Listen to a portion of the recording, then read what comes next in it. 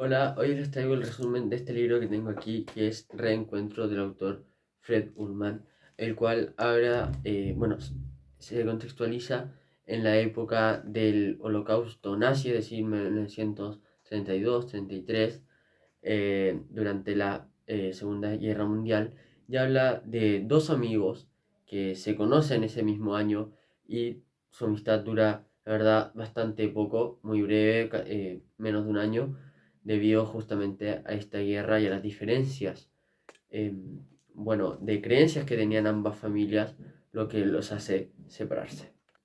Bueno, todo esto transcurre en Alemania, como ya dijimos, en la región de Württemberg, más específicamente en la ciudad de Stuttgart, y el colegio a los que ellos asisten es el Karl Alexander Gymnasium, de Stuttgart, de la ciudad donde todo esto sucede. Entonces dice que el personaje principal, Hans Schwarz, que como pueden ver el apellido es judío, de aquí obviamente que ya pueden un poco pensar en lo que va a suceder posteriormente, conoce a su próximo mejor amigo, que en ese entonces obviamente no lo conocía, lo conoce por primera vez en febrero de 1932, llamado Konradin von Hohenfels, perdón, que es una familia muy importante, descendiente antiquísimo, y él vendría a ser un conde.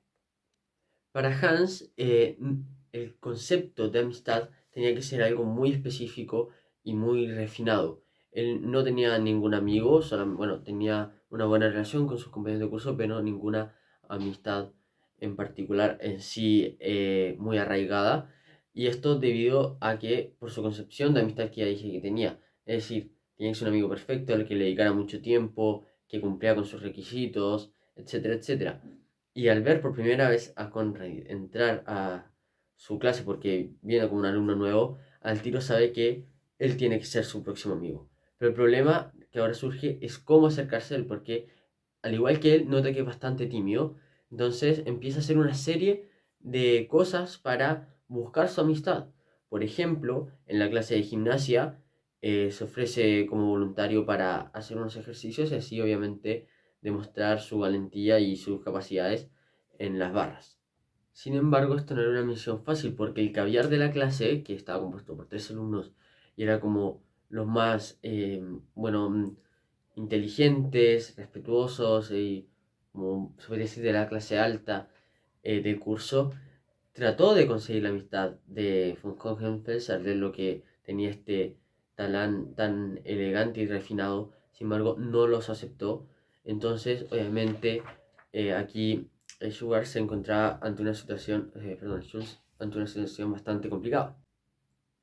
Otra técnica para disuadirlo y hacer que fuera su amigo fue que empezó a esforzarse mucho más en clases, participaba más, exponía, sacaba mejores notas, estudiaba constantemente y de esta forma trataba de impresionar a Conradin y hacerse digno él mismo de ser amigo de una persona tan elegante y con tanta buena trascendencia familiar. Y por último, llevó un día unas monedas griegas que eran parte de una colección y las estaba examinando cuidadosamente en su pupitre cuando llega con Rain y se interesa por ellas. Y esto fue el hecho ya que marcó la primera interacción que él tuvo con Conradin y de esta forma empezó a surgir su amistad. Finalmente, el 15 de marzo, mientras Hans volvía de la escuela a su casa, se encontró con Conradin y él lo saludó. Y es aquí cuando estuvieron una hora caminando y platicando y fue aquí la primera vez que empezaron a charlar y así definitivamente, surgió la amistad entre ambos. Al día siguiente, Conradin fue directamente hacia Hans, se juntaron juntos como compañeros de clase y de aquí en adelante fueron inseparables. Salían las tardes juntos, hacían viajes, se iban de la escuela a la casa juntos, etc. Y aquí en adelante siguieron así rutinariamente. Sin embargo, empezaron a oírse rumores de que en Berlín había enfrentamientos entre nazis y comunistas, de todo el revuelo que estaba causando la guerra. Sin embargo, en Stuttgart la vida seguía y todo era igual de apacible y tranquilo que siempre. Especialmente ellos, como niños que pensaban en el futuro, bueno, adolescentes porque tienen 16 años, no tenían ninguna preocupación Y bueno, y ignoraban todo esto, pensando que nunca sería una realidad propia que ellos tendrían que experimentar. Bueno, la familia Schwartz era una familia cristiana, judía, es decir, era un poco de ambas religiones. Sin embargo, creían en Cristo y también medianamente en Dios.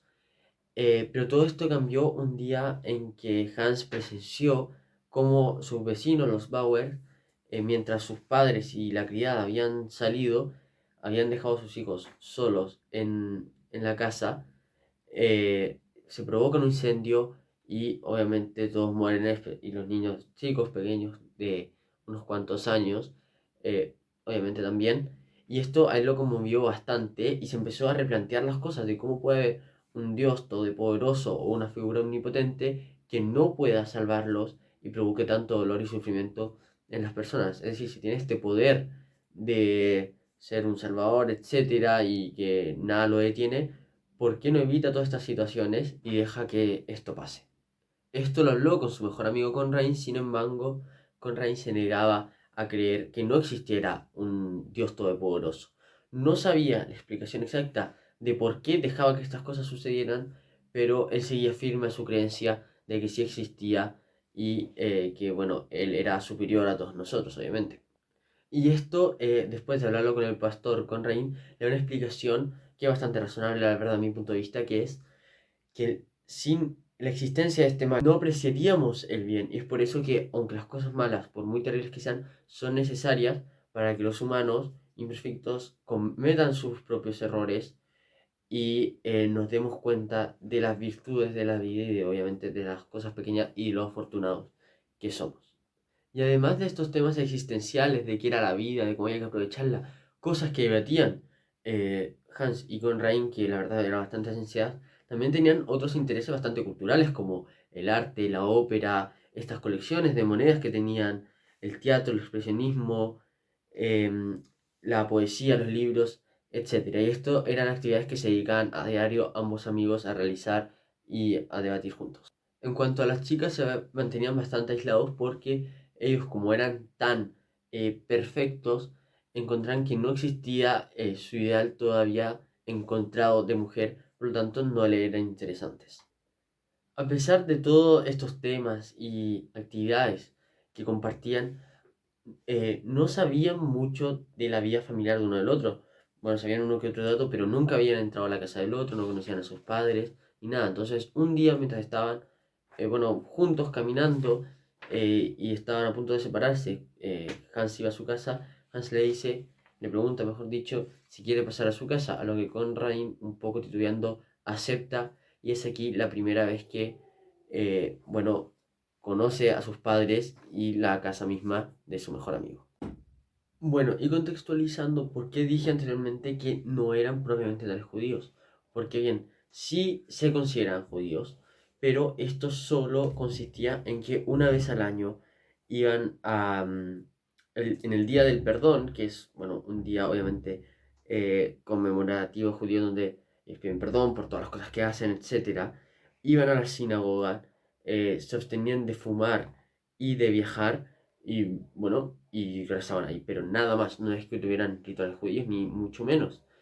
Y obviamente tenían un origen judío familiar, que es lo que le identificaba, pero también creían en Dios y en todas las creencias de la religión alemana, que obviamente era el cristianismo.